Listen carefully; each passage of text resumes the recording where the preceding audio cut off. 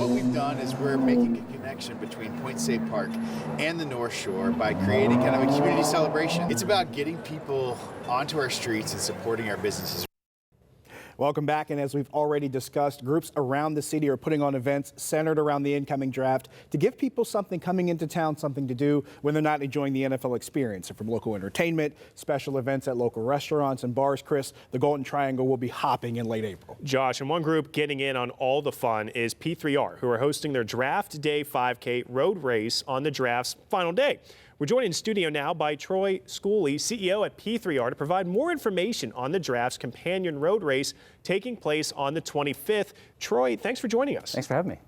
Let's start about this event, how it came to be, and what kind of fun things to expect on the course this year. Yeah, we just kept hearing that Saturday was going to be a community themed, really be able to showcase Pittsburgh. So we pitched the NFL, hey, what if we brought a bunch of people down before the draft started and had them run? We know that Pittsburgh is such a running-based city right now. The marathon's sold out, so there's a lot of great things going on. The trails are great. So that's where it came to fruition. The NFL backed it. Obviously, our city partners and Visit Pittsburgh loved the idea, so we just ran with it from there.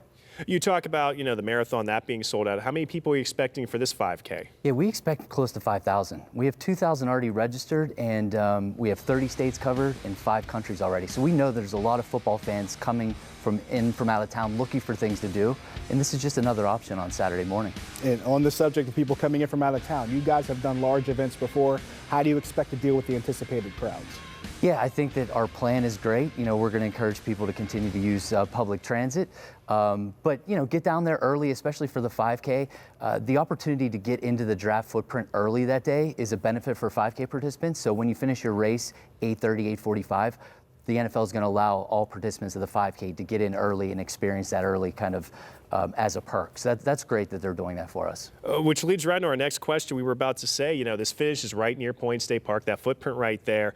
Do runners need that One Pass app, and what access do their bibs get them with all this? Yeah, they don't need the One Pass app for the event, for the race itself, but when they do finish, they'll be scanned the One Pass app to get into Point State Park. They get a great shirt, an exclusive medal. So there's a lot of perks that come along with that.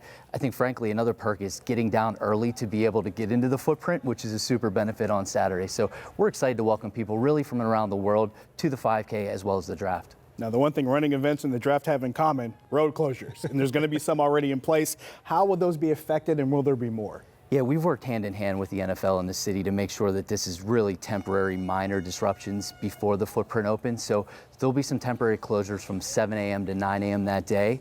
But we'll open up West General Robinson Street by 7:15, 7:30 once that crowd goes. Our operations team does a great job, as well as the NFL operations team. So very minor disruptions. With all that being said, get down there early, whether it's taking public transit, the rail, or finding a parking spot. You do mention getting down there early. If people are trying to find parking, where are you guys trying to recommend, considering we know that's going to be a hot commodity that way? Yeah, PittsburghParkingAuthority.com is going to show all available spots. The Park PGH app will show you the available spots.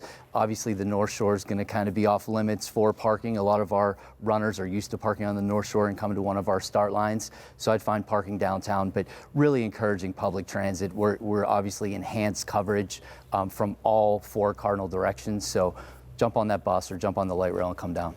Troy Schooley, P3R, thanks for the time again today. And as a reminder, registration is still open for P3R's Draft Day 5K, which will kick off from the North Shore at 8 a.m. on Saturday, April 25th. Yeah, we're going to take another quick break, but when we come back, we'll hear from our own Rich Walsh and CBS Sports analyst Ryan Wilson as we begin to look at some of the players who will be in the Steel City during this draft. Stick with us.